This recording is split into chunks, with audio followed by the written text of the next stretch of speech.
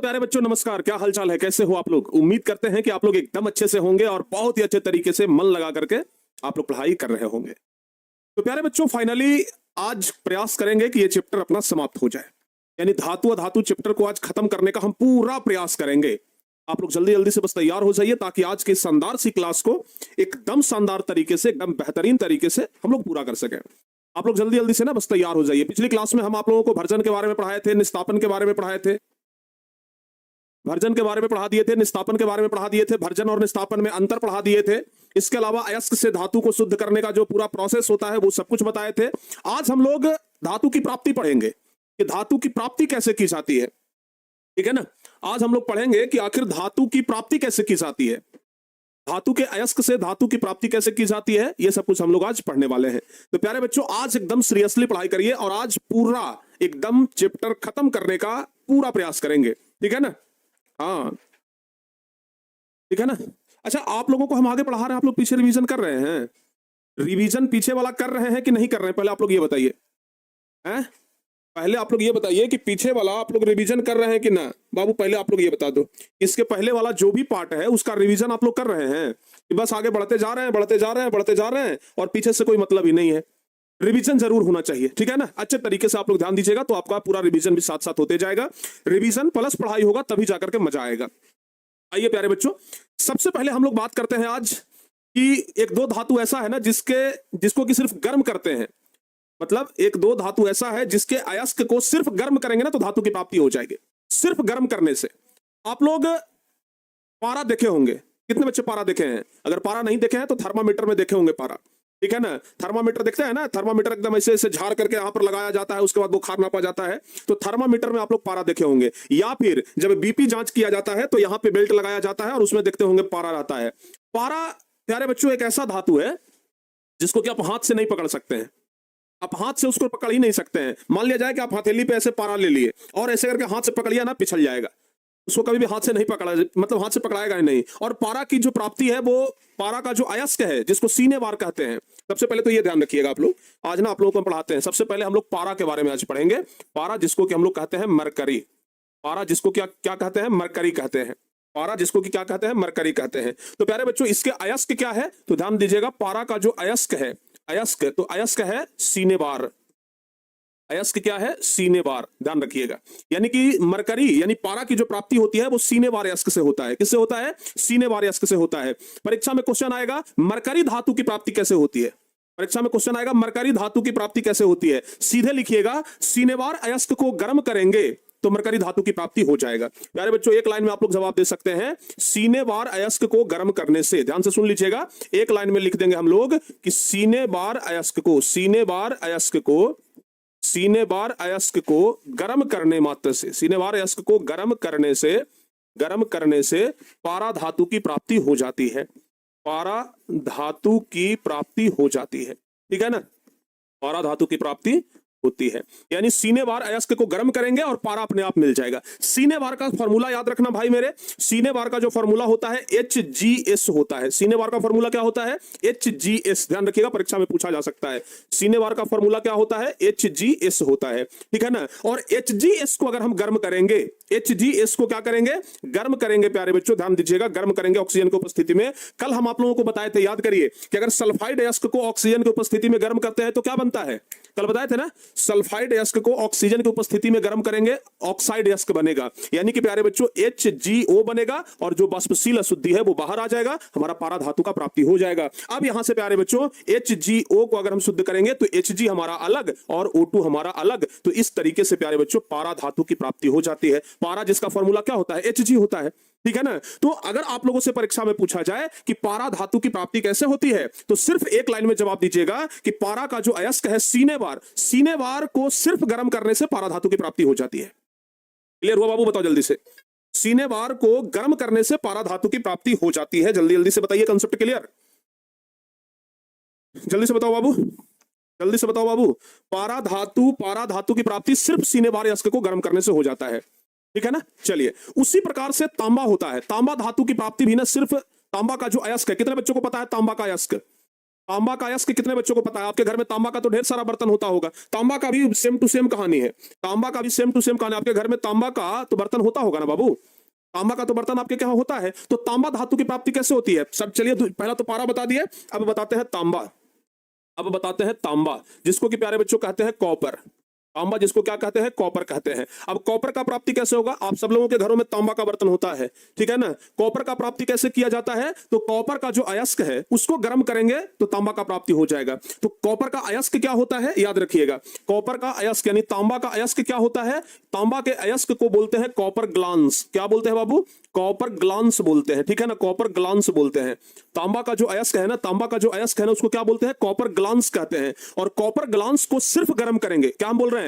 Copper glance को एक बार और समझा दीजिए सर प्लीज। बाबू क्या समझाना, इसमें सब कुछ तो हम बताते जा रहे हैं, ठीक है ना।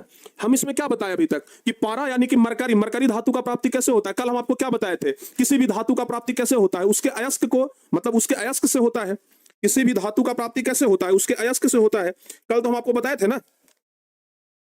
किसी भी धातु का प्राप्ति कैसे होता है? उसके अयस्क से होता है, ठीक है।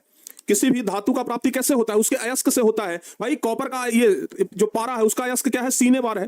पारा का अयस्क क्या है? सीने बार है। तो उसके अयस्क से उसका प्राप्ति होगा। सिर्फ गर्म करेंगे, अयस्क हमको मतलब शुद्ध धातु मिल जाएगा। उसी प्रकार से बाबू यहाँ तांबा है। तांबा जो है ना, इसका अयस्क है कॉपर ग्लांस। और कॉपर ग्लांस अब तो क्लियर है। हाँ, कॉपर ग्लांस को बस गर्म करेंगे, हमें कॉपर धातु मिल जाएगा। Cu2s होता है बाबू, Cu2s। कॉपर ग्लांस का जो फॉर्मूला होता है वो क्या होता है? Cu2s होता है। और कॉपर ग्लांस को सिर्फ गर्म करेंगे तो हमें कॉपर धातु मिल जाएगा, ठीक है ना। यहां पे हम लोग लिखेंगे कॉपर धातु को गर्म करने पर, लिखेंगे कॉपर ग्लांस को गर्म करने पर, ठीक है ना। कॉपर ग्लांस को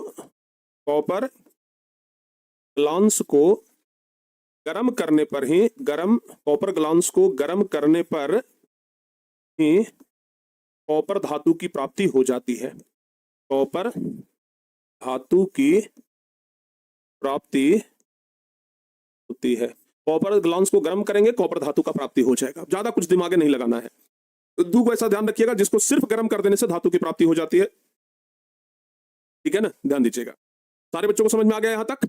कॉपर धातु की प्राप्ति कैसा होता है? सारे बच्चों को समझ में आ गया यहां तक? बताओ बाबू जल्दी से। हाँ, सिर्फ गर्म करेंगे कॉपर धातु का प्राप्ति हो जाएगा। यहां तक में किसी प्रकार का अगर कोई दिक्कत हो तो बता दीजिए। यहां तक में किसी प्रकार का अगर कोई दिक्कत हो तो बता दीजिए। कोई दिक्कत तो नहीं है ना?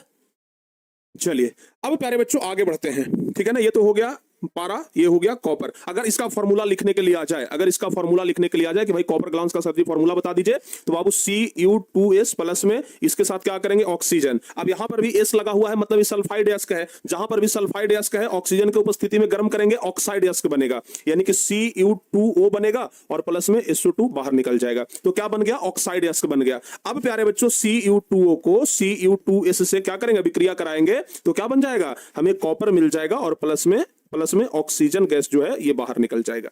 इतना सिंपल तो है। तो भाई पारा और कॉपर का तो याद हो जाएगा। हैं सर बहुत फास्ट क्यों पढ़ाते हैं संतोष भाई? कहां बहुत फास्ट पढ़ा रहे हैं? क्या बाबू फास्ट पढ़ा रहे हैं? बताओ तो आप लोग। ऐसा लगा कि फास्ट पढ़ा रहे हैं। इसमें अभी तक तीन दूनी 6 गो लाइन पढ़ाए हैं और 6 लाइन में कह रहे हैं कि फास्ट पढ़ा रहे हैं। फास्ट पढ़ाते तभी चैप्टर 5 क्लास में खत्म हो जाता। 9-10 क्लास में खत्म कर रहे हैं इसलिए क्योंकि ये चैप्टर इंपॉर्टेंट है, ठीक है बाबू। चलिए यहां तक सारे बच्चों का क्लियर? चलिए बहुत बढ़िया। ये तो हो गया गर्म करने से धातु की प्राप्ति। और भी कुछ ऐसा धातु है ना जिसको, अच्छा आप लोग कभी देखे हैं लकड़ी घर में जलाए हैं? घर में अगर आप लोग लकड़ी जलाते होंगे तो देखते होंगे कि लकड़ी वाला मतलब लकड़ी जो है वो जलने के बाद कार्बन में बदल जाता है, जिसको कहते हैं लकड़ी का कोयला। एक तो कोयला होता है जो बाजार में मिलता है, एक कोयला लकड़ी को जलाइएगा तो कोयला बन जाएगा। कभी देखे हैं ऐसा? लकड़ी को जलाने पर कोयला जो बनता है, लकड़ी जब जल जाएगा ना तो लास्ट में कोयला जैसा बच जाता है। वो चीज कभी घर में देखे हैं? देखे होंगे। तो वो जो कोयला बन गया ना उसमें कार्बन की मात्रा है। उसमें क्या है बाबू? कार्बन है उसमें। ऐसे तो आप लोग ध्यान रखिएगा कि दुनिया में जो कुछ भी वस्तु जो जल सकता है वो कार्बन है, ठीक है ना। लकड़ी जल रहा है, कार्बन है। हमारा शरीर जल रहा है, इसमें भी कार्बन है। कोई भी चीज जल रहा है उसमें कार्बन है। तो बाबू कार्बन का उपयोग करके भी हम लोग धातु की प्राप्ति कर लेते हैं। कार्बन का उपयोग करके भी हम लोग धातु की प्राप्ति करते हैं। जैसे अगर हम लोगों को जिंक धातु की प्राप्ति करना है, समझिएगा जरा ध्यान से। अगर हम लोगों को जिंक का प्राप्ति करना है तो क्या करेंगे? जिंक का पहले अयस्क जानना पड़ेगा, या फिर जिंक ऑक्साइड से हम लोग जिंक की प्राप्ति कर लेंगे। तो प्यारे बच्चों ध्यान दीजिएगा, जिंक का प्राप्ति करना है तो जिंक ऑक्साइड लेंगे, जिंक ऑक्साइड लेंगे। ठीक है ना। और जिंक ऑक्साइड लेने के बाद इसमें हम लोग कार्बन मिलाएंगे। कार्बन कहने का मतलब वही हो गया लकड़ी वाला कोयला। हम ब्रैकेट में सब कुछ लिख देते हैं, लकड़ी का कोयला, लकड़ी का कोयला, याद रहेगा, लकड़ी का कोयला। यानी कि जिंक ऑक्साइड लिए और जिंक ऑक्साइड लेने के बाद प्यारे बच्चों क्या कर लिए, जिंक ऑक्साइड के बाद क्या मिला लिए, कार्बन। कार्बन बोले तो लकड़ी का कोयला, ठीक है ना। अब क्या करेंगे, इसको गर्म करेंगे। अब क्या करेंगे बाबू, इसको गर्म करेंगे। जब गर्म करेंगे तो हमें जिंक धातु का प्राप्ति हो जाएगा। यानी कि जिंक धातु का प्राप्ति करना है तो जिंक ऑक्साइड को कार्बन के साथ गर्म करवाइए, जिंक धातु का प्राप्ति हो जाएगा, ठीक है ना। अगर प्यारे बच्चों हम लोगों को अगर लिखना हो, अगर हम लोगों को लिखना हो तो कैसे लिखेंगे, सीधे लिखेंगे ना, जिंक ऑक्साइड है तो ZnO हो गया, प्लस में कार्बन है तो C हो गया। एकदम सिंपल है, केमिस्ट्री एकदम सिंपल है, बस समझ जाइए आप लोग। जिंक ऑक्साइड तो ZnO, प्लस में कार्बन है तो C हो गया। अगर ये दोनों अभिक्रिया करेगा, दोनों को मिला करके गर्म करेंगे तो क्या बन जाएगा, पहला तो कि बाबू Zn बन जाएगा और प्लस में बच गया CO, कार्बन मोनोऑक्साइड, ये वाष्प बनकर उड़ जाएगा, गैस बनकर उड़ जाएगा। तो ये प्यारे बच्चों में जिंक का प्राप्ति हो गया। जिंक ऑक्साइड को अगर आपसे पूछा जाएगा कि जिंक धातु की प्राप्ति कैसे की जाती है, यहां से क्वेश्चन बनता है जिंक धातु की प्राप्ति कैसे की जाती है, ठीक है ना। क्वेश्चन बनेगा जिंक धातु की प्राप्ति, क्वेश्चन बनेगा जिंक धातु की प्राप्ति, जिंक धातु की प्राप्ति कैसे की जाती है, जिंक धातु की प्राप्ति कैसे की जाती है, जिंक धातु की प्राप्ति कैसे की जाती है। परीक्षा में 2 नंबर वाले में ये सवाल पूछता है कि जिंक धातु की प्राप्ति कैसे की जाती है। तो बाबू इसका जवाब हम लोग लिखेंगे, क्या लिखेंगे कि जिंक ऑक्साइड के साथ, लिखेंगे जिंक ऑक्साइड, लिखेंगे जिंक ऑक्साइड के साथ, जिंक ऑक्साइड के साथ जब कार्बन, जिंक ऑक्साइड के साथ जब कार्बन, कार्बन बोले तो प्यारे बच्चों लकड़ी का कोयला, ठीक है ना, लकड़ी का कोयला, लकड़ी का कोयला, ध्यान रखिएगा। जिंक ऑक्साइड के साथ जब कार्बन को मिलाकर, जिंक ऑक्साइड के साथ जब कार्बन को मिलाकर, कार्बन को मिलाकर गर्म करते हैं, कार्बन को मिलाकर गर्म करते हैं, गर्म करते हैं तो हमें जिंक प्राप्त हो जाता है, तो हमें जिंक प्राप्त हो जाता है। तो इस तरीके से आप लोग परीक्षा में लिख दीजिएगा, पूरा नंबर मिल जाएगा, ठीक है। इस तरीके से परीक्षा में लिखिएगा, पूरा नंबर मिल जाएगा। सेम टू सेम प्यारे बच्चों सीसा के साथ भी होता है। जिस तरीके से जिंक प्राप्त होता है ना, सेम टू सेम इसी प्रक्रिया में सीसा भी है। सीसा जिसको कहते हैं लेड, प्यारे बच्चों अब बात करते हैं सीसा का, जिसको हम लोग अंग्रेजी में कहते हैं लेड, ठीक है ना। सीसा जिसको लेड कहते हैं, भारत में बहुत कम पाया जाता है सीसा, इसलिए सीसा का दाम देखते होंगे महंगा है भारत में, ठीक है ना। सीसा कैसे प्राप्त होता है भाई, जिस तरीके से जिंक ऑक्साइड में कार्बन मिला करके गर्म किए तो जिंक प्राप्त हो गया, उसी प्रकार से लेड ऑक्साइड को जब कार्बन मिला करके गर्म करेंगे तो सीसा प्राप्त हो जाएगा।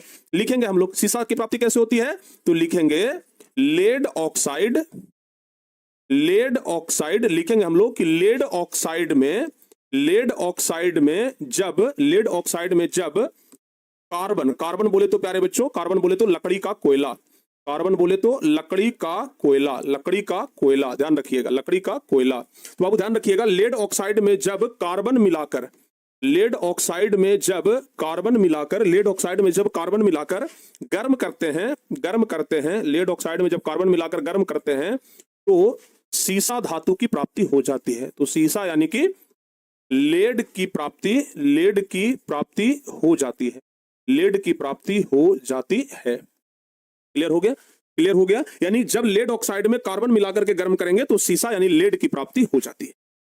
बताओ बाबू यहां तक सारे बच्चों का क्लियर है, एकदम सिंपल, एकदम सिंपल भाई। लेड ऑक्साइड PbO प्लस में इसमें कार्बन मिलाकर के जब गर्म करेंगे तो Pb प्लस CO, एकदम सिंपल है, देख लीजिए, ठीक है ना। इस तरीके से प्यारे बच्चों लेड की प्राप्ति हो जाती है। यहां तक में किसी प्रकार का दिक्कत, बताओ बाबू।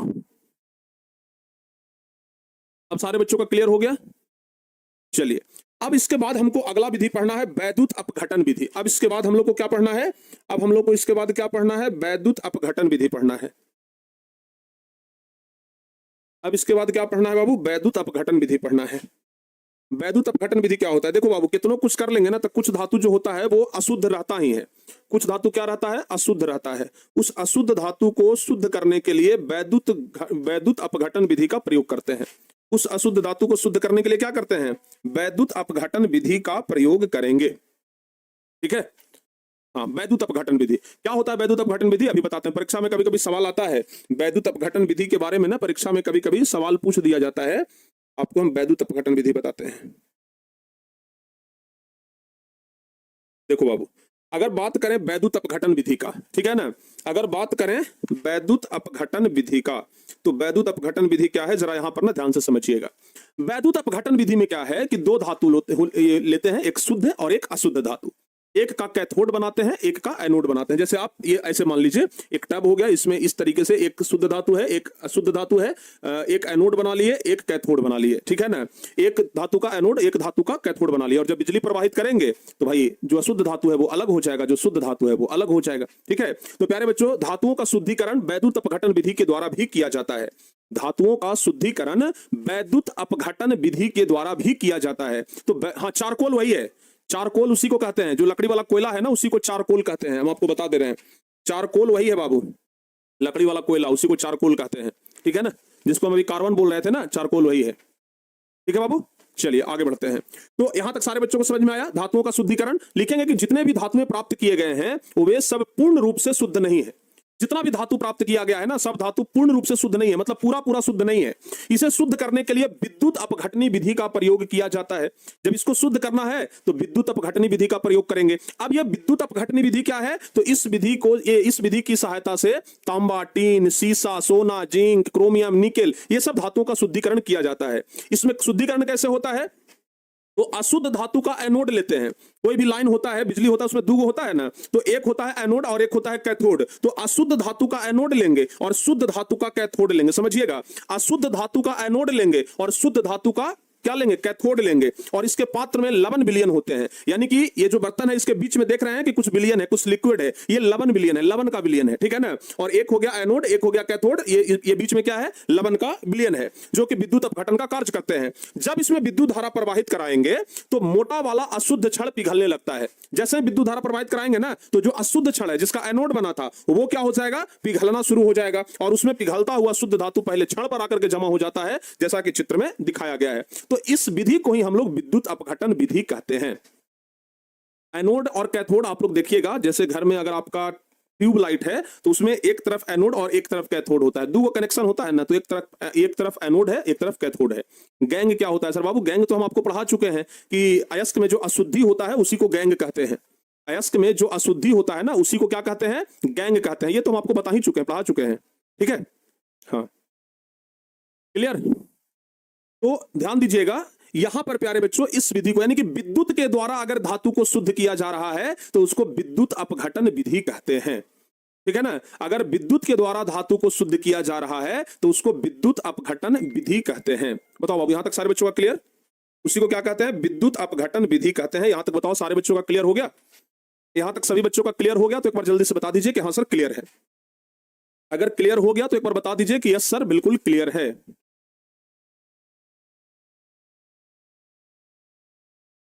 क्लियर ना। आइए, गैंग तो बता दिए हैं भाई, पिछला क्लास तब ना बोलते हैं कि आप लोग रिवीजन करके आइए।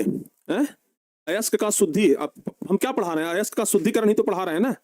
अयस्क का शुद्धिकरण का कल हम आपको उतना सारा प्रोसेस बताए, हाथ से चून करके, चलनी से चाल करके, ओसाई करके, चुंबकीय प्रतिकरण, फेन पल्लवन विधि, ये सब क्या बताया, शुद्ध करने का ही तो तरीका बता रहे थे कल। ये सब ना शुद्ध करने का तरीका पूरा हम बता चुके हैं। एक दिन सुबह में भी क्लास हुआ है, हो सकता है सुबह वाला क्लास आप लोग नहीं किए होंगे, जाके कर लीजिएगा, पूरा पार्ट बाई पार्ट सब दिया हुआ है।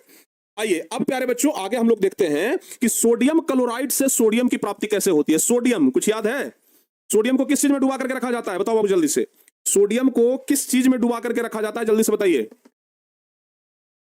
सोडियम को किस चीज में डुबा करके रखा जाता है, किरोसिन तेल में डुबा करके रखा जाता है। आपको दिखाए थे ना वीडियो कि अगर सोडियम को बाहर में रखा जाएगा बम के जैसा ये विस्फोट करेगा, आग पकड़ लेगा। तो इसलिए सोडियम को हमेशा किरोसिन तेल में डुबा करके रखा जाता है ताकि वो वायु नमी के संपर्क में ना आए। तो बाबू अब कह रहा है कि सोडियम क्लोराइड से यानी NaCl से सोडियम की प्राप्ति कैसे होती है। सीधा याद रखिएगा, सोडियम क्लोराइड से सोडियम की प्राप्ति वैद्युत अपघटन विधि द्वारा होता है, ठीक है ना। विद्युत से इसको अलग कर सकते हैं, यानी NaCl जो है ना, सोडियम क्लोराइड होता क्या है, सोडियम क्लोराइड होता क्या है, जिसको नमक आप लोग बोलते हैं, नमक बोलते हैं ना। तो अगर नमक को, ये नमक में से Na और Cl को अगर अलग अलग करना है तो वैद्युत अपघटन विधि का प्रयोग करते हैं।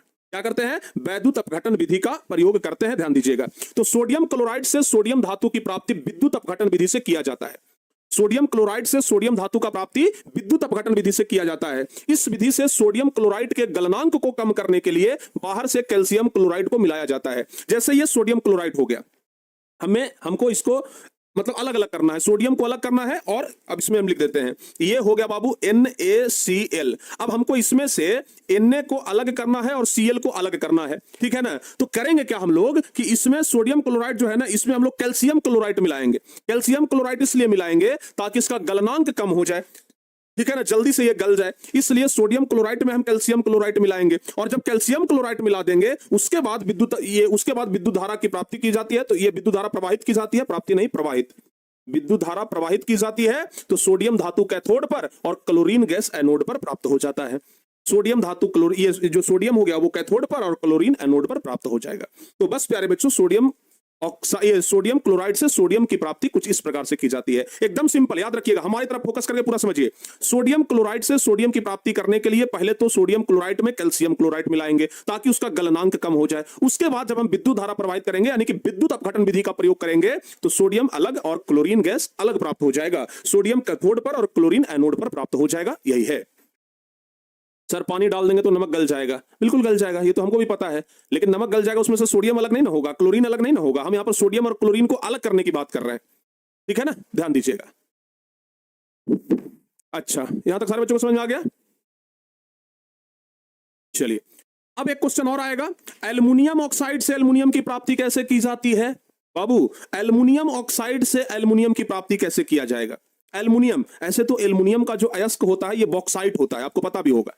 एल्युमिनियम का अयस्क क्या होता है, बॉक्साइट होता है। बॉक्साइट से एल्युमिनियम की प्राप्ति होती है। लेकिन अगर एल्युमिनियम ऑक्साइड से एल्युमिनियम की प्राप्ति करना है तो क्या करेंगे, तो बाबू इसके लिए समझिएगा, ठीक है ना।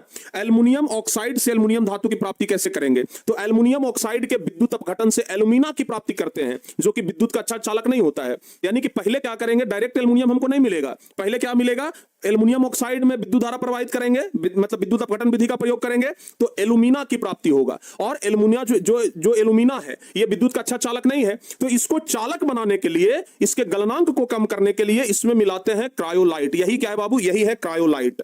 ये क्या है, ये है क्रायोलाइट। क्रायोलाइट, ठीक है ना, मिस्री के ढेला देखे होंगे, मिस्री के जैसा रहता है क्रायोलाइट। यानी कि अगर हमें एल्युमिनियम ऑक्साइड से एल्युमिनियम प्राप्त करना है तो पहले विद्युत अपघटन विधि कराएंगे, विद्युत अपघटन विधि कराएंगे तो एल्युमिना बनेगा। एल्युमिना में अब क्या मिलाएंगे, क्रायोलाइट मिलाएंगे। जब क्रायोलाइट मिलाएंगे तो ये सुचालक भी बन जाएगा और गलनांक भी कम हो जाएगा, ठीक है ना।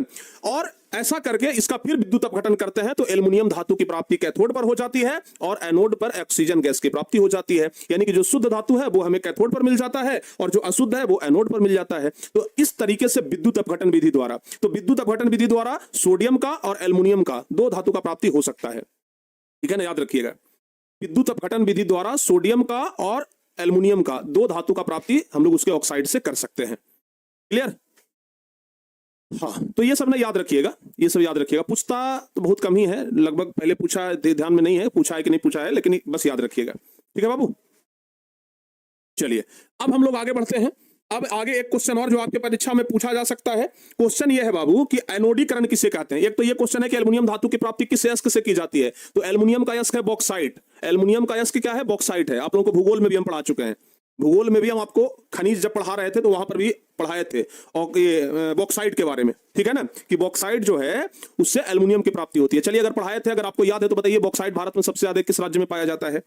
अगर भूगोल याद है तो बताइए कि बॉक्साइट भारत में सबसे ज्यादा किस राज्य में पाया जाता है। बताने वाले को 100 रुपए का नगद इनाम। जल्दी बताओ बाबू, बताने वाले को 100 रुपया का नगद इनाम। जल्दी से बताइए आप लोग,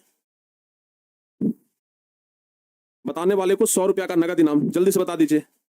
उड़ीसा, अरे वाह क्या बात है भाई, अब तो इतने सारे लोग बता दिए। 100 रुपया सबको है? चलो भाई, 100 रुपया बकाया, बकाया रखें, बकाया रखें या फिर नकदी चाहिए। चलिए आगे बढ़ते हैं। एल्युमिनियम धातु की प्राप्ति ऑक्साइड से, क्लियर हो गया। एनोडीकरण कहते किसको है, ये परीक्षा में क्वेश्चन आता है, ये बोर्ड मॉडल क्वेश्चन है, ध्यान रखिएगा, यानी कि परीक्षा के लिए महत्वपूर्ण क्वेश्चन है। कह रहा है कि एनोडीकरण किसे कहते हैं। एनोडीकरण का परिभाषा पूछ रहा है ना कि एनोडीकरण किसे कहते हैं, तो लिखेंगे एल्युमिनियम धातु के ऊपर ऑक्साइड का मोटा परत बन जाना ही एनोडीकरण कहलाता है। कभी एल्युमिनियम आप लोग देखे हैं, बाहर में ऐसे एल्युमिनियम फेंक दीजिए, जैसे लोहा को बाहर में फेंक दीजिएगा जंग लग जाएगा, वैसे ही एल्युमिनियम को बाहर में भी फेंकिएगा ना तो उस पर एक मोटा सा परत बन जाता है। उस मोटे से परत को ही हम लोग एनोडीकरण, यानी ऑक्साइड का वो परत है, वो एल्युमिनियम के ऊपर जो परत बन गया ना वो एल्युमिनियम का ऑक्साइड है, उस प्रक्रिया को ही हम लोग क्या कहते हैं, एनोडीकरण कहते हैं। यानी कि एल्युमिनियम के ऊपर ऑक्साइड की मोटी परत बन जाना ही एनोडीकरण कहलाता है। ठीक है बाबू, इससे एल्युमिनियम धातु और मजबूत हो जाता है, इससे एल्युमिनियम धातु और मजबूत हो जाता है। जैसे एल्युमिनियम धातु का एक एनोड लेकर के H2SO4 से विक्रिया कराने पर एनोड पर ऑक्सीजन के कारण एल्युमिनियम ऑक्साइड का मोटा परत बना लेता है। इस क्रिया को ही एनोडीकरण नाम दिया गया। आपको अगर कुछ ना पता लगे तो कम से कम यहां तक लिख दीजिएगा एनोडीकरण किसे कहते हैं। ठीक है ना, बस इतना लिख दीजिएगा कि एल्युमिनियम धातु के ऊपर ऑक्साइड का मोटा परत बन जाना ही एनोडीकरण कहलाता है। इतना तो याद रहेगा, इतना तो याद रहेगा ना, बताओ बाबू, इतना याद रखिएगा। एनोडीकरण किसे कहते हैं? तो एल्युमिनियम के ऊपर मोटा परत बन जाना ही एनोडीकरण कहलाता है। क्लियर, बहुत बढ़िया। आगे आइए, आगे बताते हैं मैग्नीज धातु की प्राप्ति कैसे की जाती है। इसको कोयला मत समझिएगा, मैग्नीज है। मैग्नीज धातु की प्राप्ति कैसे होता है बाबू? मैग्नीज धातु की प्राप्ति कैसे होता है बताइए जल्दी जल्दी से। मैग्नीज धातु का प्राप्ति कैसे होता है? लिखेंगे, मैग्नीज धातु की प्राप्ति मैग्नीज ऑक्साइड से प्राप्त की जाती है। अधिकांश धातु उसके ऑक्साइड से ही मिल जाता है, तो मैग्नीज धातु भी है तो मैग्नीज ऑक्साइड से मिल जाएगा। जब मैग्नीज ऑक्साइड को एल्युमिनियम चूर्ण के साथ मिला करके गर्म करेंगे, ये सॉरी एल्युमिनियम चूर्ण के साथ मिला करके अभिक्रिया कराएंगे। जैसे देखिए MnO2, ये क्या हो गया? Manganese oxide. इसमें एल्युमिनियम का चूर्ण मिला दिए, छोटा छोटा छोटा छोटा एल्युमिनियम का चूर्ण मिला दिए, और एल्युमिनियम का चूर्ण मिला करके इसको अभिक्रिया कराएंगे तो मैग्नीज धातु गलित अवस्था में प्राप्त हो जाता है। यानी कि अभी ये जो ढेला के जैसा देख रहे हैं ना, ये जैसे ही एल्युमिनियम के साथ मिलेगा ये गलने लगेगा, गली अवस्था में मैग्नीज धातु प्राप्त हो जाएगा, और इस अभिक्रिया में एल्युमिनियम जो है वो ऑक्सीकारक का कार्य करता है। ठीक है बाबू, तो अगर आप लोगों से, ये सब तो 2-2 नंबर वाला छोटा छोटा क्वेश्चन है, ये सब 2-2 नंबर वाला छोटा छोटा क्वेश्चन है। ठीक है ना, समझ आ गया ना बाबू, ध्यान दीजिएगा। तो मैग्नीज धातु की प्राप्ति कैसे होती है? मैग्नीज ऑक्साइड से। सिंपल याद रखिएगा, मैग्नीज ऑक्साइड से मैग्नीज धातु प्राप्त करने के लिए उसमें एल्युमिनियम का चूर्ण मिलाते हैं, और एल्युमिनियम जो है जैसे ही चूर्ण, एल्युमिनियम का चूर्ण जैसे ही मैग्नीज के साथ मिलता है मैग्नीज धातु गलने लग जाता है। ठीक है ना, मैग्नीज धातु गलित अवस्था में प्राप्त हो जाता है। इस अभिक्रिया में एल्युमिनियम जो है वो उपचायक का कार्य करता है। क्लियर, यहां तक सारे बच्चों का क्लियर हो गया? चलिए, अब इसके बाद आ गया कि लोहा का प्राप्ति कैसे किया जाता है। लोहा का तो सब लोग जानते होंगे। लोहा का एक अयस्क का नाम बताइए जल्दी से, ये तो सब लोगों को पता होगा ना। लोहा वाला, लोहा का अयस्क कौन सा है? हेमाटाइट, सबसे बढ़िया अयस्क। लोहा का सबसे बढ़िया अयस्क कौन सा है? हेमाटाइट है। लोहा का सबसे बढ़िया अयस्क हेमाटाइट है। तो बाबू लोहा का जो ये जो लोहा धातु है, मतलब आमतौर पर सब जगह लोगों को लोहा देखने के लिए मिल जाएगा। भारत में सबसे ज्यादा है तो भाई एल्युमिनियम है, फिर लोहा भी है। तो लोहा धातु की प्राप्ति जो है वो हेमाटाइट नामक अयस्क से की जाता है। लोहा का जो अयस्क है वो क्या है? हेमाटाइट है। तो लोहा का प्राप्ति भी हेमाटाइट नामक अयस्क से हो जाता है। इसके अयस्क के साथ एल्युमिनियम का चूर्ण मिलाकर के गर्म करने से लोहा धातु की प्राप्ति हो जाती है। जिस तरीके से मैग्नीज प्राप्त करते हैं उसी तरीके से लोहा भी प्राप्त करते हैं। मैग्नीज के साथ एल्युमिनियम चूर्ण मिला रहे थे तो मैग्नीज मिल गया। लोहा का जो अयस्क है हेमाटाइट, उसके साथ अगर हम मैग्नीज ये एल्युमिनियम का चूर्ण मिलाएंगे तो हमें लोहा प्राप्त हो जाएगा। ठीक है ना, तो ध्यान रखिएगा, ये हो गया हेमाटाइट, उसके साथ एल्युमिनियम का चूर्ण मिला दिया तो हमें क्या मिल गया? लोहा मिल गया। तो प्यारे बच्चों ये सब ध्यान रखिएगा, लोहा ये सब के बारे में। ठीक है ना, याद रहेगा। लोहा सबसे ज्यादा भारत में कहां पाया जाता है? कौन बताइएगा?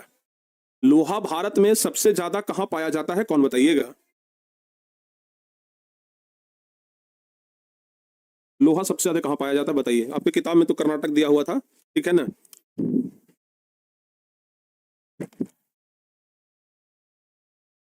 लेकिन जवाब उड़ीसा होगा। आपकी किताब में कर्नाटक था, हम आपको जिस समय पढ़ा रहे थे उस समय याद दिलवाए थे। किताब में कर्नाटक है लेकिन याद रखिएगा उड़ीसा, बताए थे ना तब। हाँ, यहां तक सारे बच्चों को पता हो गया। चलिए अब प्यारे बच्चों बात करते हैं आप लोगों से ना, आप लोगों को एक फोटो दिखाते हैं, उसके बाद आप लोग समझिएगा। आप लोगों को हम एक फोटो दिखाते हैं, उसके बाद आप लोग अच्छे तरीके से समझ जाइएगा। जरा इस फोटो को गौर से देखिए। लोहा में जंग लगा हुआ है। लोहा में जंग लगने को संक्षारण कहते हैं। लोहा में जो जंग लगता है ना उसको संक्षारण कहा जाता है, याद रहेगा। लोहा में जंग लगने को संक्षारण कहा जाता है। प्यारे बच्चों लोहा एकदम चांदी के जैसा उजला होता है, एकदम चांदी के जैसा चमचम होता है, लेकिन उसको आप एक दिन के लिए भी अगर बाहर में छोड़ देंगे ना, उसमें लाल भूरे रंग का जंग पकड़ लेता है जो धीरे धीरे धीरे धीरे करके उस लोहे को खत्म कर देता है। जैसे लकड़ी का कोई अगर घर में फर्नीचर है तो उसमें देखते होंगे दीमक लग जाता है, दियां लग जाता है।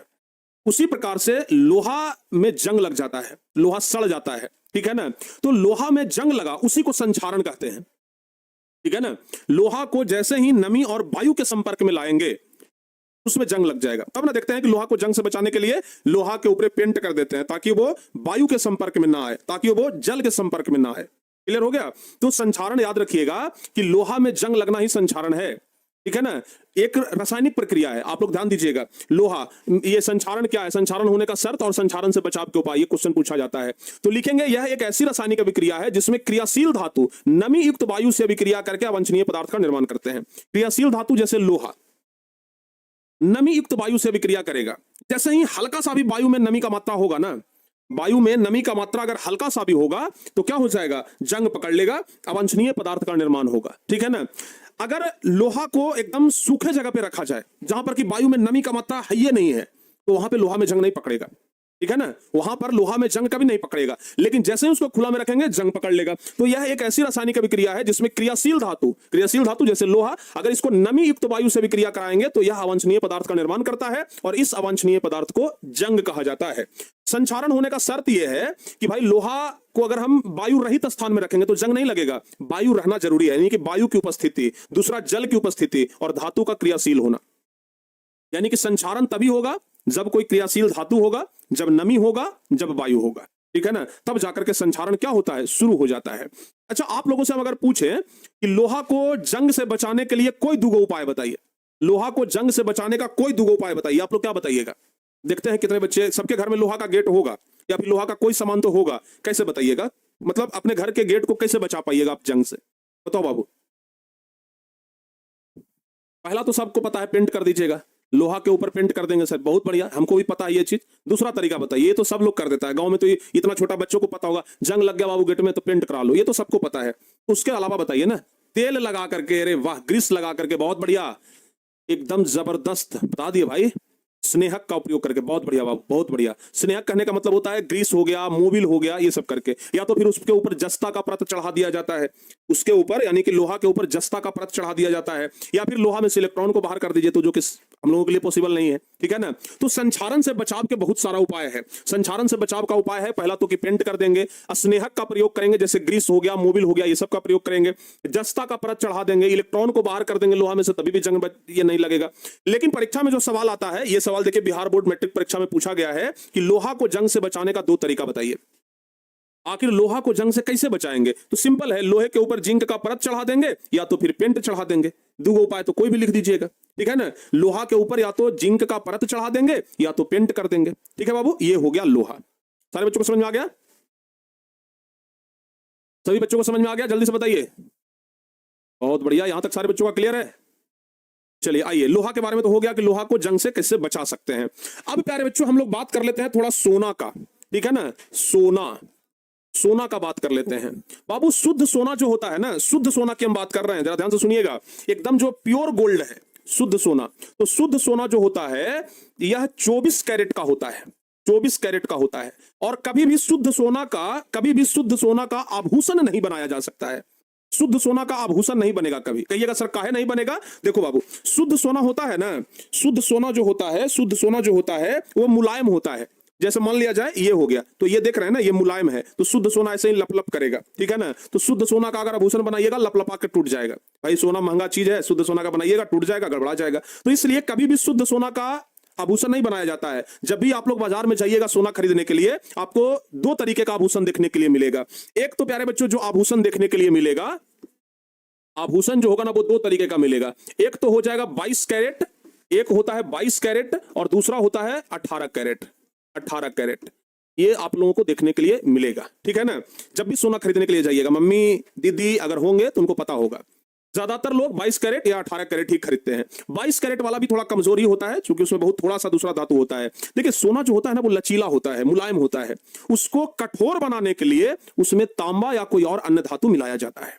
ठीक है ना, उसको कठोर बनाने के लिए तांबा या कोई और अन्य धातु मिलाया जाता है। प्यारे बच्चों जैसे मान लिया जाए कि अगर 24 ग्राम सोना है, अगर 24 ग्राम सोना है, तो भाई अगर 24 कैरेट का है तो एकदम 24 ग्राम का 24 ग्राम उसमें सोना है, उसमें कोई अशुद्ध धातु नहीं है, कोई दूसरा धातु नहीं है, 24 कैरेट का सोना है तब।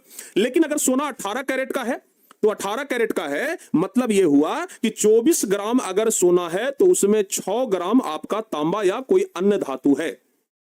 ठीक है ना, 18 ग्राम आपका सोना है, 6 ग्राम तांबा या चांदी कुछ भी मिला हुआ है। ठीक है ना, तो 18 कैरेट सोना का मतलब हुआ कि 24 ग्राम में से 18 ग्राम ही सोना है, बाकी 6 ग्राम आपका तांबा है या तो चांदी है या फिर कोई अन्य धातु है जो कि कठोर करने के लिए इस्तेमाल किया गया है। तो शुद्ध सोना 24 कैरेट का होता है, ध्यान रखिएगा। सोने का जो प्योरिटी होता है उस पर एक चिन्ह होता है, हॉलमार्क, ठीक है ना। हॉलमार्क पहचान है कि भाई शुद्ध सोना है, सरकार के द्वारा ऑथराइज है हॉलमार्क चिन्ह, ठीक है ना, ध्यान दीजिएगा। कैरेट मतलब गुरुजी, कैरेट सोना मापने का, सोना की शुद्धता मापने का एक पैटर्न है, बस ये समझ लीजिए। सोना की, जैसे मान लिया जाए कि दूध का शुद्धता मापना है कि दूध में कितना पानी मिला हुआ है, तो उसके लिए एक मीटर आता है जिसको लैक्टोमीटर कहते हैं, ठीक है ना, जिसे दूध की शुद्धता मापा जाता है। उसी प्रकार से सोना का शुद्धता कैरेट में मापते हैं कि भाई कितना कैरेट है, 24 कैरेट, 22 कैरेट, ठीक है ना, ये हम लोग देख लेते हैं, 18 कैरेट ये हम लोग देख लेते हैं, ठीक है। हाँ, समझ में आ गया ना, ये आप लोग ध्यान दीजिएगा।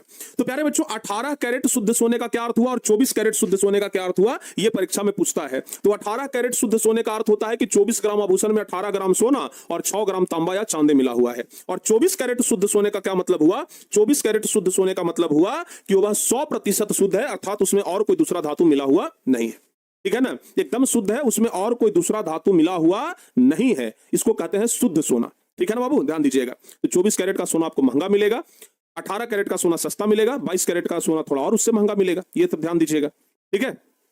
चलिए, आप लोगों से ना हम एक सवाल पूछते हैं, जरा बताइएगा। एक महिला है, आप लोगों से एक सवाल पूछते हैं, कभी सोना को साफ कराने के लिए सुनार के दुकान में गए हैं, मान लीजिए कि सोना का आभूषण गंदा हो गया, जैसे बाबू हमारे अंगुली में ना एक सोना का अंगूठी है, ठीक है, हम निकालते हैं अभी, ये हमारे अंगुली में ना एक सोना का अंगूठी है, ये देख लीजिए, ठीक है। अब मान लिया जाए कि ये गंदा हो गया, जब ये गंदा हो गया तो हम इसको साफ कराने के लिए जाएंगे सुनार के दुकान में। सुनार के दुकान में हम जैसे ही इसको साफ कराने के लिए गए, सुनार क्या करता है कि इस अंगूठी को एक लिक्विड में डालता है, एक पानी जैसा लिक्विड होगा उसमें डाल देगा और डाल करके और फिर उसमें से निकाल लेगा और उसके बाद ये अंगूठी एकदम चमाचम हो जाएगा। आप लोग बताइए कि किस लिक्विड में डाला, कौन सा लिक्विड में ये हमारी अंगूठी को डाल दिया, उसके बाद वजन करिएगा, इसका वजन घट जाएगा, ठीक है ना। तब ना कहते हैं कि सुनार का पानी भी बड़ा कीमती होता है, ठीक है ना। जिस पानी में वो डाला ना बाबू, वो कोई पानी नहीं था, वो था एक्वा रेजिया, जिसको अम्लराज कहा जाता है। एक्वा रेजिया जिसको अम्लराज कहा जाता है, रॉयल जल कहा जाता है उसको लैटिन शब्द में, ठीक है ना, क्या कहा जाता है, रॉयल शब्द, ये रॉयल जल कहा जाता है। तो प्यारे बच्चों ध्यान रखिएगा, सोना के बारे में बात कर रहे हैं। सोना को अगर साफ कराने के लिए जाइएगा, सोना को साफ करने में पता है एक्वा रेजिया का इस्तेमाल होता है, एक्वा रेजिया जिसको क्या बोलते हैं, अम्लराज बोलते हैं। एक्वा रेजिया जिसको क्या बोलते हैं, अम्लराज बोलते हैं, अम्लराज, ठीक है ना। साफ करने में एक्वा रेजिया यानी अम्लराज का इस्तेमाल का प्रयोग करते हैं, का प्रयोग सुनार करता है, ठीक है ना, सुनार करता है। अब ध्यान दीजिएगा, अब ये जो एक्वा रेजिया यानी कि जो अम्लराज है, ये क्या है भाई, तो इसमें दो धातु होता है, सॉरी दो अम्ल होता है। एक तो प्यारे बच्चों HCl हो गया और दूसरा नाइट्रिक अम्ल HNO3 हो गया। ये दो अम्ल जो है ना एकदम मिला होता है। अगर मान लिया जाए कि 100 ग्राम अगर एक्वा रेजिया है, ठीक है ना, अगर मान लिया जाए कि 100 ग्राम एक्वा रेजिया है, ठीक है ना, तो इसमें 75 ग्राम जो होगा वो HCl होगा और 25 ग्राम जो होगा वो HNO3 होगा, यानी कि 3:1, 3:1 के अनुपात में ये मिला हुआ रहता है, ठीक है ना, 3:1 के अनुपात में मिला हुआ रहता है, ठीक है बाबू, समझ में आ गया। हाँ, तो इसलिए भूल करके भी पूरे जीवन में कभी भी सोना या किसी भी आभूषण को साफ कराने मत जाइएगा, आपको पता नहीं चलेगा, आपका सोना चोरी हो जाएगा, ठीक है ना। क्योंकि वहां पर होता क्या है कि जैसे ही हम अंगूठी को एक्वा रेजिया में डालेंगे, जैसे ही सोना का कोई आभूषण है उसको एक्वा रेजिया में डालेंगे, उसके ऊपर का एक बहुत पतला जो परत है ना वो उखड़ जाता है, एकदम चमाचम हो जाता है। इसलिए कभी भी मत साफ कराने जाइएगा, ठीक है बाबू, ध्यान दीजिएगा, ठीक है ना। सोना जैसे आभूषण को कभी साफ नहीं कराना चाहिए, गंदा है उसको गंदे रहने दीजिए, उसी का महत्व है। तब ना कहते हैं कि जो महंगा चीज है ना, महंगा चीज जो है ना उसका महत्व होता है हमेशा, बस जो मतलब कीमती चीज का महत्व होता है। बाबू लोहा में जंग लग जाता है फेंक देते हैं, सोना में थोड़ा सा गंदा हो जाए लोग फेंक देगा, नहीं फेंकेगा, क्योंकि सोना का कीमत है, ठीक है ना, ये बात आप लोग ध्यान दीजिएगा। तो प्यारे बच्चों यहाँ से ना एक दो सवाल बनता है, यहाँ से ना एक दो सवाल बनेगा। जैसे एक सवाल तो ये बनता है कि एक महिला है, समझिएगा, सवाल ये बनेगा कि एक महिला है अपने आभूषण को एक सुनार के यहाँ साफ कराने के लिए देती है, तो वह एक विशेष विलयन में डाल देता है तो कंगन नए की तरह चमकने लग जाता है, लेकिन उसका वजन कम हो जाता है। वह महिला बहुत दुखी होती है, तो आप एक जासूस की तरह बताइए कि वह विलयन कौन सा था, वह विलयन कौन सा था। तो लिखेंगे कि विलयन का नाम एक्वा रेजिया है, जिसे अम्लराज भी कहा जाता है, जो कि HCl HNO3 का मिश्रण होता है। HCl यानी कि हाइड्रोक्लोरिक अम्ल और HNO3 यानी नाइट्रिक अम्ल, ये दोनों का क्या होता है? मिश्रण होता है। यह सोना और प्लेटिनम जैसे धातु को गलाने की क्षमता रखता है। परीक्षा में एक और सवाल आता है कि एक्वा रेजिया में HCl और HNO3 का अनुपात कितना होता है? तो अनुपात याद रखिएगा 3:1 होता है, यानी कि 3 भाग HCl और 1 भाग HNO3। और जो उसको रॉयल जल भी कहते हैं बाबू, एक्वा रेजिया, ध्यान दीजिएगा। एक्वा रेजिया परीक्षा में कभी कभी सवाल आ जाता है। एक्वा रेजिया, एक्वा रेजिया को हम लोग अम्लराज भी कह सकते हैं, अम्लराज भी कह सकते हैं, या इसी को हम लोग रॉयल जल भी कह सकते हैं। क्या कहेंगे? रॉयल जल भी कह सकते हैं। तो एक्वा रेजिया या रॉयल जल, क्लियर? क्लियर हो गया बाबू? चलिए, तो एक्वा रेजिया या रॉयल जल ध्यान रखिएगा। अगर आपसे पूछा जाएगा कि एक्वा रेजिया क्या है, तो याद रखिएगा यह रॉयल जल का लैटिन शब्द है, जिसमें सांद्र HCl और HNO3 3:1 के अनुपात में मिले होते हैं। इसके मिश्रण को ही एक्वा रेजिया कहते हैं, यानी कि HCl और HNO3 ये दोनों का जो मिश्रण है उसी को एक्वा रेजिया कहते हैं। इसे भभकता हुआ द्रव्य भी कहते हैं।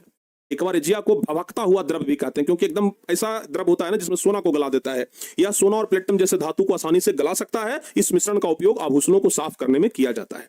तो प्यारे बच्चों, कभी भी आभूषण को साफ नहीं कराना चाहिए। क्लियर? कभी भी आभूषण को साफ मत कराइए। हाँ, क्लियर हो गया यहां तक? अच्छा, एक बच्चे पूछ रहे हैं कि सर चांदी का ही उपयोग हम लोग आभूषण में क्यों करते हैं? प्यारे बच्चों, ये क्वेश्चन ओरिजिनल में है भी, ये भी आपको दिखाते हैं, ये ओरिजिनल में क्वेश्चन ही है। लोहा का उपयोग हम लोग आभूषण में क्यों नहीं करते हैं? बताओ बाबू। तांबा का प्रयोग हम लोग आभूषण में क्यों नहीं करते हैं? एल्युमिनियम का प्रयोग हम लोग आभूषण में क्यों नहीं करते हैं? चांदी और सोना का ही प्रयोग क्यों करते हैं? प्लेटिनम का प्रयोग क्यों करते हैं आभूषण के तौर पे? पहला चीज बताइए। अगर मान लिया जाए, अब हम आपको बताते हैं, अगर मान लिया जाए कि लोहा का प्रयोग करेंगे, जैसे प्यारे बच्चों हमारे हाथ में ना अभी 2 अंगूठी है, आप लोगों को शायद दिख भी रहा होगा। एक तो ये वाला है लोहा का अंगूठी, ये वाला बहुत पतला पतला हो गया है अब, ये लोहा का अंगूठी है, और एक है सोना का अंगूठी। तो बाबू होता क्या है कि अगर लोहा का आभूषण बनाएंगे तो चूंकि लोहा अभिक्रियाशील धातु है, ये पानी के संपर्क में जाएगा, जंग पकड़ेगा, धीरे धीरे खत्म हो जाएगा। ठीक है ना? धीरे धीरे क्या हो जाएगा? इसका चमक खत्म हो जाएगा। लेकिन सोना पानी से अभिक्रिया ही नहीं करेगा, इसमें जंग लगेगा? कभी भी नहीं लगेगा। ये घिस करके ही खत्म होगा, पानी से इसको कुछ होने वाला नहीं है। पहला चीज। दूसरा चीज, आप लोहा और सोना में देखेंगे कि ज्यादा चमकदार कौन है? सोना है। तो ज्यादा चमकीला है, इसलिए ये दूर से झलक जाता है, इसलिए भी इसका प्रयोग हम लोग आभूषण के तौर पर करते हैं। संचारण बहुत कम होता है, लोहा का संचारण बहुत ज्यादा है, सोना का संचारण बहुत धीरे धीरे होता है, इसलिए सोना का प्रयोग हम लोग करते हैं। बहुत पुराना होने के बाद भी सोना चमकते रहता है, इसलिए हम लोग सोना का प्रयोग करते हैं आभूषण के तौर पर। तो क्वेश्चन ये बनता है, ठीक है ना? यहां से बाबू एक क्वेश्चन बनता है, यहां से एक क्वेश्चन बनता है कि प्लेटिनम, सोना एवं चांदी का उपयोग आभूषण बनाने में क्यों किया जाता है? प्लेटिनम, सोना एवं चांदी का उपयोग आभूषण बनाने में क्यों किया जाता है? तो लिखेंगे कि निम्नलिखित कारणों की वजह से इसका उपयोग आभूषण बनाने में किया जाता है। पहला है कि यह मंद क्रियाशील है, मतलब बहुत धीरे धीरे अभिक्रिया करता है। इसमें बहुत तेज चमक होती है, चमक बहुत तेज होता है, ध्यान दीजिएगा। और इसमें संचारण की क्रिया बहुत कम होती है, बहुत धीरे धीरे संचारण होता है। ठीक है ना? यह बहुत पुराना होने के बाद भी इसका चमक बना रहता है, बहुत पुराना होने के बाद भी इसका चमक क्या होता है? बना रहता है। तो ये सब प्रमुख कारण है जिस कारण की वजह से हम लोग सोना, चांदी या प्लेटिनम का उपयोग आभूषण के तौर पे करते हैं। ठीक है ना? सबसे मुख्य कारण है ये वाला कि अभिक्रियाशील नहीं है, मंद अभिक्रियाशील है और चमक होता है। लोग चमक के कारण ही तो पहनते हैं ना। ठीक है? सर सोनार का बच्चा भी देख रहा है इस क्लास को, क्या दिक्कत है? हम थोड़े ना कुछ गलत पढ़ा रहे हैं, जो किताब में पढ़ना वही तो पढ़ा रहे हैं। ठीक है बाबू, याद रहेगा। बाकी सोडियम, ये सब के बारे में तो हम पढ़ा ही दिए थे कि सोडियम को किरासन तेल में डुबा करके क्यों रखते हैं? क्योंकि यह सामान्य ताप पर नमी के साथ विक्रिया कर लेता है और आग पकड़ लेता है, जलने लग जाता है, इसलिए सोडियम को किरोसिन तेल में डुबा करके रखा जाता है। ये सब तो क्वेश्चन बताया हुआ ही है ना कि सोडियम, पोटेशियम एवं लिथियम को तेल के अंदर डुबा करके क्यों रखते हैं? तो अब याद रखिएगा, सोडियम, पोटेशियम एवं लिथियम अधिक अभिक्रियाशील होने के कारण यह सामान्य ताप पर ही अभिक्रिया कर लेता है, जिसके कारण यह जलने लग जाता है, इसलिए इसको तेल में डुबा करके रखते हैं। तो ये सब तो हम आप लोग को बता ही चुके हैं। ठीक है? इसको आप लोग ध्यान दीजिएगा। क्लियर हो गया यहां तक? चलिए, सोडियम को तेल में डुबा करके क्यों रखते हैं ये हम आपको बता दिए। अच्छा, थोड़ा सा आप लोग ये देख लीजिएगा, उभय धर्मी ऑक्साइड क्या है? प्यारे बच्चों, उभय मतलब होता है दोनों। उभय मतलब क्या होता है? दोनों। यानी कि वैसा धातु जिसमें अम्लीय और क्षारीय दोनों गुण हो। वैसा धातु, चाहे तो कोई धातु में चाहे तो अम्लीय गुण होगा, नहीं तो क्षारीय गुण होगा। लेकिन अगर किसी धातु में अम्लीय गुण भी हो और क्षारीय गुण भी हो, यानी कि अम्लीय और क्षारीय दोनों गुण हो, तो उसको हम लोग बाबू उभयधर्मी ऑक्साइड कहते हैं। तो लिखेंगे वैसे धातु के ऑक्साइड जिसकी प्रकृति अम्लीय एवं क्षारीय दोनों होता है, उसे उभयधर्मी ऑक्साइड कहते हैं। जिसकी प्रकृति अम्लीय और क्षारीय दोनों है, उसको हम लोग उभयधर्मी ऑक्साइड कहते हैं। ध्यान दीजिएगा। ठीक है? जैसे Al2O3 Zn ये सब उभयधर्मी ऑक्साइड है। अगला क्वेश्चन याद रखिएगा, ऑक्सीजन के साथ संयुक्त होकर के अधातु कैसा ऑक्सीजन बनाती है? ये क्वेश्चन ऐसे तो लगता है पूछा है एक आध बार, लेकिन फिर भी ध्यान रखिएगा। ऑक्सीजन के साथ मिलकर के, ऑक्सीजन के साथ संयुक्त होकर के अधातु कैसा ऑक्सीजन बनाती है? तो लिखिएगा अधातु। अच्छा, कोई अधातु है, कोई अधातु अगर ऑक्सीजन के साथ मिला तो कैसा ऑक्सीजन बनाएगा? तो ऑक्सीजन के साथ मिलकर के अधातु अम्लीय या उदासीन ऑक्सीजन बनाएगा। एकदम याद रखिएगा, अम्लीय जैसे कार्बन है, तो कार्बन क्या है बाबू? अधातु है, ये ऑक्सीजन के साथ मिला तो ये कार्बन डाइऑक्साइड बनाया, और कार्बन डाइऑक्साइड की प्रकृति अम्लीय है। कार्बन अगर ऑक्सीजन के साथ मिला तो कार्बन मोनोऑक्साइड बनाएगा, इसकी प्रकृति उदासीन है। तो या तो अम्लीय ऑक्सीजन बनेगा या तो उदासीन ऑक्सीजन बनेगा, ध्यान दीजिएगा। सर आप सुनार का धंधा बंद करवा दीजिएगा। नहीं भाई, सबका धंधा चलते रहे, भगवान से हम यही प्रार्थना करेंगे, ठीक है? ये सब ना आप लोग ध्यान दीजिएगा बाबू। बाकी तो हमें लगता है कि अब सब कुछ बता ही चुके हैं हम आप लोगों को। जैसे ये सब तो हम आपको बता ही दिए हैं, ये सब तो हम आप लोगों को बता दिए हैं कि एल्युमिनियम अत्यंत अभिक्रियाशील धातु है, फिर भी इसका उपयोग खाना बनाने वाले बर्तन में क्यों करते हैं? एल्युमिनियम अत्यंत अभिक्रियाशील है, फिर भी इसका उपयोग खाना बनाने वाले बर्तन में क्यों करते हैं? क्योंकि एल्युमिनियम जब जल के साथ अभिक्रिया करता है तो एल्युमिनियम का ऑक्साइड नामक एक परत बना लेता है, जो एल्युमिनियम धातु को संक्षारित होने से बचाता है। यही कारण है कि एल्युमिनियम धातु का उपयोग खाना बनाने वाले बर्तन के रूप में किया जाता है। एल्युमिनियम ऑक्साइड बनाता है, ठीक है ना, जो कि एल्युमिनियम को संक्षारण से बचा लेता है। तो बस प्यारे बच्चों, यही सब तो है, और तो हमें लगता है कि चैप्टर में कुछ बचा नहीं है, ठीक है ना। एक बार एजिया पढ़ा ही दिए, एक बार एजिया हम आप लोगों को पढ़ा ही दिए। एक क्वेश्चन ये वाला याद रखिएगा, गर्म जल का टैंक बनाने में तांबे का उपयोग होता है परंतु इस्पात का नहीं, क्यों? हालांकि पहले भी हम आपको बता चुके हैं कि पानी का टैंक बनाने में ना, पानी का टैंक बनाने में तांबे का उपयोग, अच्छा गर्म जल का टैंक बनाने में तांबा का उपयोग होता है, इस्पात का नहीं, क्यों? तो लिखेंगे तांबा जो है वो मंद क्रियाशील होने के कारण या जल के किसी भी अवस्था के साथ अभिक्रिया नहीं करता है। तांबा ना तो बर्फ से अभिक्रिया करेगा, ना तो जलवाष्प से अभिक्रिया करेगा, ना तो जल से अभिक्रिया करेगा, ठीक है ना। इसलिए इसका उपयोग करते हैं, जबकि लोहा गर्म जल के साथ तुरंत अभिक्रिया कर लेगा। तो इसलिए जो टैंक है प्यारे बच्चों गर्म जल का, वो किसका बनता है? तांबा का बनता है। लोहा का टैंक बनेगा, तुरंत लोहा जो है वो पानी से अभिक्रिया कर लेगा। तो ये सब छोटा छोटा क्वेश्चन याद रखिएगा। और जब धातुओं को लंबे समय तक खुली वायु में छोड़ दिया जाता है तो उसके ऊपर एक धुंधला परत जम जाता है, क्यों? क्वेश्चन ये भी है कि जब धातुओं को लंबे समय तक खुला वायु में छोड़ देंगे, कोई धातु है उसको अगर हम लंबे समय तक खुला वायु में छोड़ देंगे तो क्या हो जाएगा? क्या हो जाएगा? तो भाई कोई धातु को अगर लंबे समय तक खुला वायु में छोड़ देंगे तो धातु वायु से अभिक्रिया करके अपने ऑक्साइड, कार्बोनेट और सल्फाइड का परत बना लेता है, जिसके कारण उसका ऊपरी परत धुंधला दिखाई देने लगता है और धीरे धीरे संक्षारण भी होने लग जाएगा। तो इसलिए कोई भी धातु को, ध्यान रखिएगा, कोई भी धातु को लंबे समय तक खुले में नहीं छोड़ना चाहिए, ठीक है? बताओ बाबू, यहां तक सारे बच्चों को क्लियर है?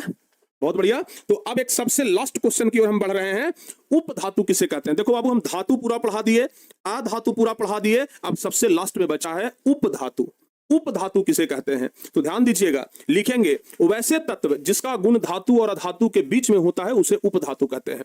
यानी कि कोई तत्व है जिसका कुछ गुण धातु से भी मिल रहा है, कुछ गुण अधातु से भी मिल रहा है, तो बस उसी को हम लोग क्या कहेंगे? उपधातु कहेंगे। जैसे बोरान उपधातु है, सिलिकॉन उपधातु है। परीक्षा में आता है कि सिलिकॉन क्या है, ऑप्शन में रहेगा धातु, अधातु, उपधातु, इनमें से कोई नहीं, तो आपको बताना है कि सिलिकॉन जो है वो क्या है? उपधातु है। Germanium, arsenic, antimony, tellurium, polonium, ये सब प्यारे बच्चों क्या है? उपधातु है, ध्यान दीजिएगा। तो उपधातु कहने का मतलब कि जो धातु अधातु के बीच में हो उसको उपधातु कहते हैं। और फाइनली प्यारे बच्चों, आपका जो चैप्टर है यहां पर क्या हो गया? द एंड हो गया। केमिस्ट्री का तीसरा नंबर चैप्टर यहां पे क्या हो गया? समाप्त हो गया, ठीक है। तो आज जाकर के केमिस्ट्री का तीसरा नंबर चैप्टर समाप्त हुआ। टोटल कितना क्लास में समाप्त हुआ आप लोग बताइए? ये जो केमिस्ट्री का जो तीसरा नंबर चैप्टर था, टोटल 8 क्लास में आपका समाप्त हो गया। अब कल अगली क्लास में हम इसका ऑब्जेक्टिव क्वेश्चन करवा देंगे, मामला खत्म, ठीक है ना। तो प्यारे बच्चों, केमिस्ट्री आपका जो सिलेबस है, केमिस्ट्री का सिलेबस अब लगभग 80% खत्म हो गया, 20% मात्र और बचा है, ठीक है ना। क्योंकि जो चौथा नंबर चैप्टर है, चैप्टर नंबर 4, यहां से मात्र 5 नंबर का सवाल आता है, और चैप्टर नंबर 6, ये चैप्टर नंबर 4 से, एक मिनट रुक जाओ, चैप्टर नंबर 4, चैप्टर नंबर 4 से 5 मार्क्स का सवाल आएगा, 5 नंबर का सवाल आएगा, और चैप्टर नंबर 5 से सवाल नहीं आएगा। तो बाबू अब जो जहां से सवाल बनता है वहां हम लगभग पढ़ा दिए, 80% सिलेबस आपका खत्म कर दिए, ठीक है ना। अब अगर बचा है तो सिर्फ और सिर्फ चौथा और 5वां नंबर चैप्टर, ठीक है, जो भी खत्म हो जाएगा। अब इसके बाद हम बायोलॉजी पढ़ाएंगे। कल हम ऑब्जेक्टिव क्वेश्चन पहले करवा देते हैं और उसके बाद क्या पढ़ाएंगे? बायोलॉजी पढ़ाएंगे, क्योंकि बायोलॉजी के लिए बहुत सारे बच्चे बोल रहे हैं। अभी जैव प्रक्रम पढ़ाए हैं, श्वसन, उत्सर्जन, ये सब कुछ पढ़ाना है, तो अब हम बायोलॉजी में लगेंगे, ठीक है बाबू। हाँ, कल बायोलॉजी पढ़ाएंगे, ठीक है ना। कल नहीं, परसों से, सोमवार से बायोलॉजी हम स्टार्ट कर देंगे, क्लियर। सोमवार से बायोलॉजी स्टार्ट हो जाएगा आपका, जो बायोलॉजी लगातार चलते रहेगा। एकदम शुरू करेंगे, जो नियंत्रण एवं समन्वय चैप्टर को खत्म करके एकदम लेंगे। हो सकता है जनन चैप्टर भी पढ़ा दे, सब हो जाएगा, ठीक है ना। तो प्यारे बच्चों, फाइनली अब आज आपका केमिस्ट्री का ये महत्वपूर्ण चैप्टर समाप्त हो गया। बाकी फिर मिलते हैं हम आप लोगों से कल इसके ऑब्जेक्टिव क्वेश्चन में। और ऑब्जेक्टिव क्वेश्चन के लिए अब आप लोग कल पूरा चैप्टर को अच्छे तरीके से रिवीजन करके आइएगा। पूरा रिवीजन करके आइएगा, तब ना मजा आएगा। तो कल आप लोग अच्छे तरीके से पूरा रिवीजन करके आइएगा। बाकी कल मिलेंगे।